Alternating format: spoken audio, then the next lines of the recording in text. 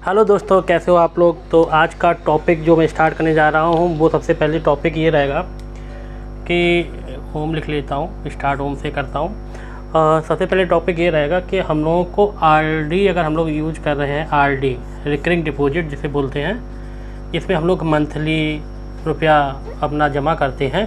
ठीक है, तो रिकरिंग डिपॉजिट में हम लोग कब इन्वेस्ट करना चाहिए कि हम लोगों को कब इसमें इन्वेस्ट करना चाहिए, इसके ऊपर हम लोगों का टॉपिक रहेगा। ठीक है, तो मेनली क्या होता है कि हम लोग रिकरिंग अपने मन से ही कर देते हैं। रिकरिंग डिपॉजिट जब करने जाते हैं तो अपने मन से ही हम लोग कर दिया, बेटी नहीं कर रहा, 1 साल के लिए कर दिया, कभी मान लो 6 महीने के लिए कर दिया, 3 महीने के लिए कर दिया। 3 महीने तो बेसिकली इसमें कम ही करते हैं, लेकिन जनरली यही काम करते हैं कि ना कि 1 साल के लिए, 2 साल के लिए कर दिया। 1 साल तो 365 दिन तो हम लोग नॉर्मल लेके चलते हैं, लेकिन हम लोग कब करना चाहिए ये मेन इंपॉर्टेंट चीज़ है।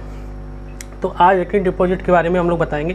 देखिए क्या होता है कि जो बैंक होती है ना, एक बैंक पे भी एक बता देता हूँ थोड़ा सा, कि बैंक जब भी अपना रिकरिंग डिपॉजिट या एफडी वगैरह का रेट बढ़ाती हैं, ठीक है, एफडी पे और आरडी पे जब मुझे डिपॉजिट मुझे ज़्यादा मिलता है, परसेंटेज जो इंटरेस्ट ज़्यादा मिलता है, जैसे अभी 7% के आसपास दे रही हैं। ठीक है, पहले ये था, जब फिर कब पहले था वो 3% भी आ गया था, कभी कभी फिर 4% भी आ गया था। ठीक है, पहले ऐसा हुआ था, लेकिन ये अभी इंटरेस्ट क्यों दे रही है इतना ज़्यादा एफडी और आरडी पे? इसका मेन रीज़न ये है ना कि इनको जो एक रेपो रेट होता है ना, ये अलग टॉपिक है, इस पर तो मैं बाद में जाऊँगा। रेपो रेट के ऊपर डिपेंड करता है सारी चीज़ें, लेकिन अभी ये 7% इसलिए दे रही हैं। अभी ये एडवर्टीजमेंट अभी कर रही है ज़्यादातर बैंक की, हाँ एफडी आरडी मेरे इतना मिल रहा है, क्योंकि अभी होम लोन ज़्यादा बढ़ गया है। होम लोन रेपो रेट से ज़्यादा देते हैं ना, तो इसलिए होम लोन की ज़्यादा परसेंटेज पे दे रही है, तो इसलिए इसका एडवर्टीजमेंट कर रहे हैं। कुछ दिनों पहले आपने देखा होगा ये एडवर्टीजमेंट कर रहे थे किसका, होम लोन का। होम लोन हम दे रहे हैं 7% पे, कोई तो 6.65 पे भी आ गया था, SBI आई थिंक, मुझे याद नहीं है इतना, तो वो 6.65 पे भी आ गया था, तो ऐसा हुआ था। तो इसलिए जो भी इनका चीज़ होती है वो दिखाते रहते हैं। तो अभी हम लोग आरडी के ऊपर फोकस करने वाले हैं इस टॉपिक पे। तो आरडी हम लोग कब यूज करनी चाहिए, आरडी कब करनी चाहिए? देखिए, अगर मैं आज की डेट कितनी है, जैसे मान लीजिए अभी चल रहा है जुलाई चल रही है, ठीक है, ये हमेशा ही एप्लीकेबल है। जुलाई अगर चल रही है, सॉरी अगस्त चल रही है आज, तो आज 1 अगस्त है, तो मैं भूल गया हूँ, 1 अगस्त अगर चल रही है, ठीक है, तो अगस्त में अभी हम लोगों का, जैसे मान लीजिए आपको 3 महीने बाद कुछ करना है, 3 महीने बाद आपकी इंगेजमेंट है, शादी है, या मान लो आपको रुपए की ज़रूरत पड़ सकती है, 10,000, 20,000, 50,000 जो भी आपको है, और आप आरडी करना चाहते हैं। जैसे मान लो इसका टर्म होता है 3 महीने का, ठीक है, आरडी का क्या रहता है, 3 महीने का रहता है, फिर ये रहता है 6 महीने का, ठीक है, 6 महीने का इन्वेस्टमेंट, या फिर आप 12 महीने का, 9 मंथ्स ऑल्सो होता है। ठीक है, तो वो आप इन्वेस्ट कर सकते हो। तो इसमें 3 महीने थोड़ा कम रहता है परसेंटेज। मान लीजिए अभी ये देंगे शायद 4% दे रहे होंगे, इसमें देंगे 5%, अप्रॉक्सीमेटली लेके चल रहा हूँ, यहाँ पे लेके 6% दे रहे होंगे, सम सिमिलर लाइक दिस। तो अभी 4, 5, 6% ये दे रहे हैं। ठीक है, तो अभी 4% और 5%, 6% पे अगर ये दे रहे हैं, बढ़ते हैं और देखते हैं फिर आगे कैसे करते हैं। 3 मंथ्स, 6 मंथ और 12 मंथ के लिए मैंने आपको बता ही दिया था। अब देखिए रिकरिंग डिपॉजिट में हम लोग क्यों यूज करते हैं, या फिर हम लोग क्यों जाना चाहिए रिकरिंग डिपॉजिट में।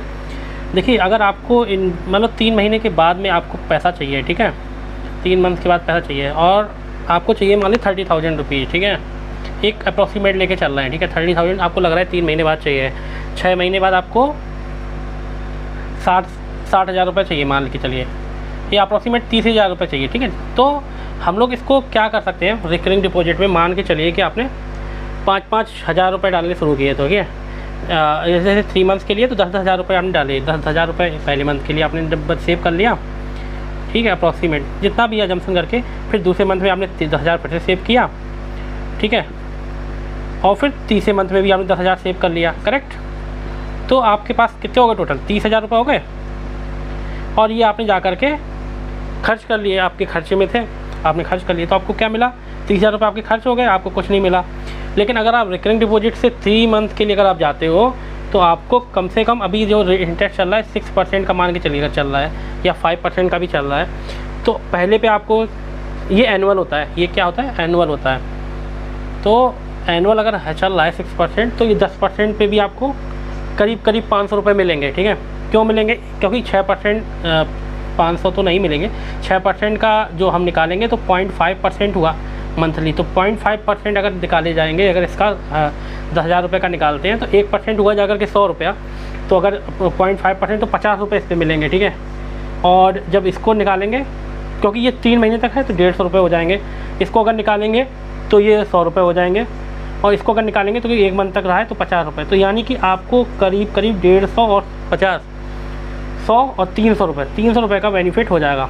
तो आपके 10,000 रुपये जो आपने 30,000 रुपये खर्च तो किए हैं, पर इसके ऊपर आपको सीधा 300 रुपये का बेनिफिट हो रहा है। तो आपके 300 रुपये तो सेव हो रहे हैं। तो इसलिए आरडी हमेशा ही तब करनी चाहिए जब आपको सोच समझ के कि हाँ कब मुझे लॉन्ग टर्म में या मतलब शॉर्ट टर्म में जब मुझे ज़रूरत पड़ती है पैसों की, जैसे 3 महीने के लिए हो गया, 6 महीने के लिए हो गया, तो जैसे अमाउंट तो आपको सेव आपको तो खर्च करनी है अमाउंट, लेकिन आपके ऊपर उसके इंटरेस्ट तो आपको आपके साथ बचा रहेगा, आप उसका फर्दर यूज भी कर सकते हो।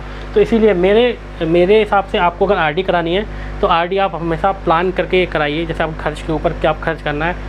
रही बात एफडी की, तो एफडी के लिए हम लोग बाद में चर्चा करेंगे, अभी हम लोग आरडी के लिए ही चर्चा किया है इस पर। तो आपको वीडियो अच्छी लगी तो इस पर लाइक करो, सब्सक्राइब करो मेरे चैनल को, और ऐसे ही वीडियोज़ के लिए आप देखते रहिए चैनल, ठीक है। थैंक यू, लेकिन सब्सक्राइब करके जाना दोस्तों, है ना।